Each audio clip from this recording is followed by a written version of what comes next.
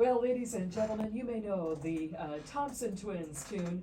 Doctor, Doctor, it means it's time for Medical Minutes here on WJER with Dr. Thomas Rogers from the Cleveland Clinic Union Hospital. Did you ever think, Dr. Rogers, there would be a song made just for you? I didn't, but I always think about those doctor songs. There's quite a few of them out there, really. Yeah, Doobie they're Brothers, fun. Music is the Doctor, Yeah. and we are glad to have you joining our afternoon here with Medical Minutes on WJER. Dr. Rogers, so many summer safety tips to remind all of ourselves, our listeners, our family and friends about every summer.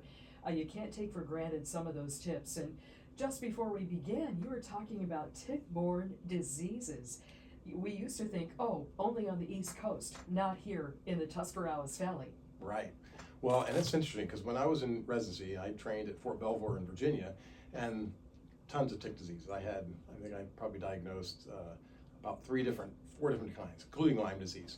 But we're not in Lyme, Connecticut anymore. So Lyme disease is named after where it initially was found in Lyme, Connecticut.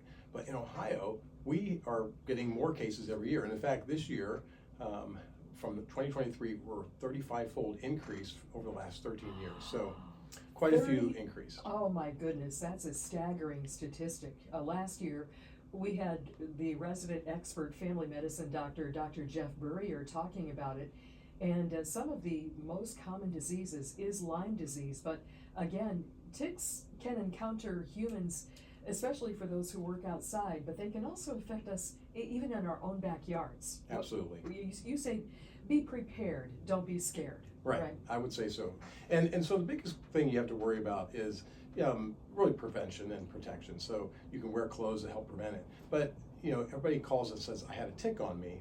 And if one is just crawling on you, that's not such a big deal. Ticks take a while to transmit Lyme disease to us, though. At least 36 hours, and probably more like 72 hours. So they really can only transmit if they attach to you, and they then they're sucking on in your skin, and they have a blood meal, and they're engorged. So most ticks are very small. You see, once they become big, that's when you maybe think, okay, do I have to worry about this? And when that happens, you really need to try and remove the tick, but you remove it with tweezers. Kind of put the tweezers right by the mouth of the tick and pull and remove it. Don't use a match or Vaseline or try to cover it. We just try to take them off. You've heard many times use a match or petroleum jelly. Yes. You say that's a big no-no. Right. You do not need to do that. And in fact, the best is taking the tweezers so that you can remove the whole thing. And then after that, make sure you clean the area. But if you think it's been on for more than 36 hours, those are times you should call us and we can see you and talk about what options there are. Sometimes we can treat you with one dose of a medication like doxycycline for one dose as a prevention. But if you had it on and you developed a rash around that area where the tick was engorged, then we might treat you as if you had Lyme disease, and we treat you for a longer period of time. Same medicine. And what's good is it's almost 100% treatable if caught early. So, and in fact, I don't even check if someone could have Lyme disease if I'm presumptively treating for it. A lot of people will try to do IgGs and blood work to be able to test and see if they had it, but it's not usually necessary. And the chance of you getting Lyme disease from one tick bite is extremely rare, but there are still a lot of cases, and it's something we should be aware of. Okay, and Dr. Tom Rogers, is that bullseye picture, we've maybe seen the medical graphics and the photos, is that really truly a telltale sign? It is. ECM, it just looks like a bullseye rash. So it's kind of clear and then a rash around the outside. So those are pretty telltale. If I see that and a known tick bite, then I'll treat presumptively for Lyme disease. Okay. We are on the air live with Medical Minutes, Dr. Thomas Rogers from the Cleveland Clinic Union Hospital. We're talking summer safety today. Boy, we could go on for an hour. We need to move on quickly, though, with this next stretch of really hot weather in the forecast, sun protection with the weather really warming up. What do we need to do to protect ourselves and especially our children from the sun? Absolutely. It's going to be really warm next week, and so we're really kind of getting into the heat of the summer now. So Lindsay Moore talked to us last year about sun protection, but first we want to talk about dehydration and just making sure you protect yourself from getting heat illnesses, heat exhaustion, heat cramps, heat stroke. And so we should make sure we're drinking plenty of water each day. And this isn't just for athletes, this is for everybody as well.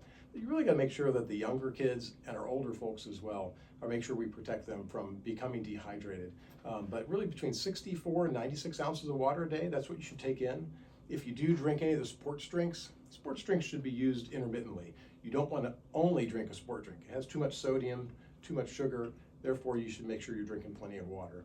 But they're okay to be able to, to mix a little bit with that water. Make sure you keep yourself with a good diet as well, and that's really a protection from those heat injuries. And that's probably our biggest issue we want to do. And then, protect yourself from the sun. Last year, Lindsay talked about SPF factor, sun protection factor, need at least a 30. And there's the things that she has in there. So I think it was the zinc oxide was one that has that. Make sure you have at least zinc oxide. There's a lot of other things that may not be as beneficial. We need to be safe with what we put on our skins, but make sure something is approved as far as American College of Dermatology. Put it on 30 minutes before you need it, and then reapply. Why is that? Why can't I just put it on 30 seconds later to go outside? It's a good question. It just takes a little bit of time to make sure it penetrates our skin and protects our skin, and then you have to reapply it about every 2 hours. It just doesn't last as long as all day. So if you put it on in the morning, you don't want to leave it and not go unprotected the rest of the day. So make sure that you're wearing it as you go out throughout the day. So. Dr. Rogers, I'm glad you're reminding us of that again with our next week's forecast. Hot, sunny. We really need to pay attention to what you're saying. Oh, and what about summer safety?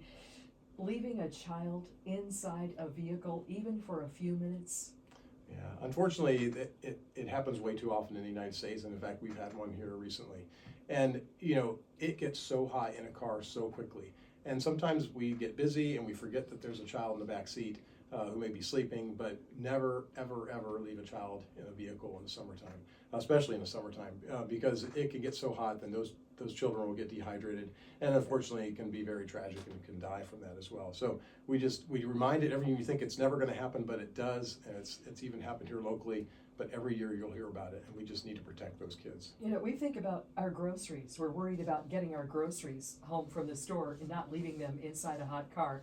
We really need to keep our eye out. And I know folks who have gone back into a store, they witnessed a vehicle with a child inside. Be that good citizen to say, hey, there needs to be an announcement or something. We need to take care of each other. Dr. Rogers, a couple more points here with water safety at the beach, at the pool. What are some good safety reminders for us? Well, and unfortunately, again, when we look at children between the age of 1 and 4, that is the leading cause of death is drowning. So we always want to remind people about pool and water safety every year. I know when I was in Hawaii and I was stationed in Hawaii, my kids I had 4 within 3.5 years. And you're just always watching them. So especially when you go to the beach, you're always watching their head. So never go alone. Obviously, you can't let children go by themselves, but you just have to be so cognizant of what they're doing and be aware in the water.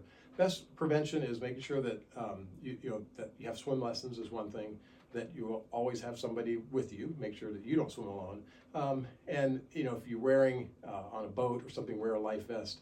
Make sure those that don't swim well have some sort of flotation device. That is helpful as well. If we know CPR, it's important as well, because if something does happen, we can also respond. But it is, definitely a really big thing that we have to watch for every year. And if those that have a pool, make sure that it has enclosures around it, there's a latch on it so that children can't get it. Even your own children, you want to make sure they don't have access to that pool, if they can crawl out and get into a pool. So you just have to make sure, and prevention is the key. And again, with the lack of lifeguards, we see everywhere, lifeguards are needed more and more. So that means it's the family, the babysitter, the caregivers, parents' responsibility. As you said, you can never take your eye off that child, Right. Up to all of us, even more now. Right. Can we wrap up today's Medical Minutes, Dr. Rogers, with, I know we have this favorite topic in common, gardening and walking. If you love being outside, relaxing, recharging, what could possibly go wrong in my garden or when I'm on a simple walk? Well, I know your garden looks great this year. Mine's growing incredibly well. But when you're out planting and stuff, just make sure you protect your knees and your back. Make sure you're lifting properly, that when you're working outside. And then just from the sun, protect with a hat. Make sure you're wearing things to protect your skin as well. And enjoy the vegetables. And one thing we want to make sure is that we're eating well. And when you eat fresh stuff, whether it's from our farmer's market down the street or whether we make your own. So those are important as well. Now, if you are out, you're walking. I see you're out there walking a lot. If you go out in the woods, just be careful about poison ivy. That's probably the big thing that people get every year. Most of the time, it's not a big deal, right? You put an antihistamine cream on it or something that helps to soothe it. But sometimes it can get pretty extensive. In those cases, you would want to make sure that you can come see us. Now, one thing that's weird about poison ivy is, and when you get the oil on you, it can come out in crops over 21 days. So everybody always thinks they're itching it and spreading it, but it's not. It's just, that's how it comes out. But it can come out over 21 days. So you think you're spreading it, but once the oil's on there, it's done its deal. And so what you want to do is make sure after you get home, make sure you change your clothes, shower, wash those clothes so those oils don't persist. But the oils can be the biggest thing that's going to cause it. But 21 days, it's amazing. And usually when we treat, if we have to treat for oral steroids, you want to make sure someone has a very extensive, spread. Maybe it's on their face. Sometimes it can get in their private parts, or they can't sleep. Those are reasons that we do it. Usually, though, you can treat with just topicals. Dr. Rogers, still one more thing with, it's hard to believe sports physical talk time is here. What can you tell us about offering sports physicals? So we have our sports physical offered by either your primary care doc, but also Dr. Goff, I know, does them over at the orthopedic surgery center that we have over on Union Avenue at our suite on 167 near Giant Eagle. So that's one place you can also go. You can see your PCMs, but school's required to have school physicals, so hopefully you get all those done before all of their athletics start in the fall, which is around the corner.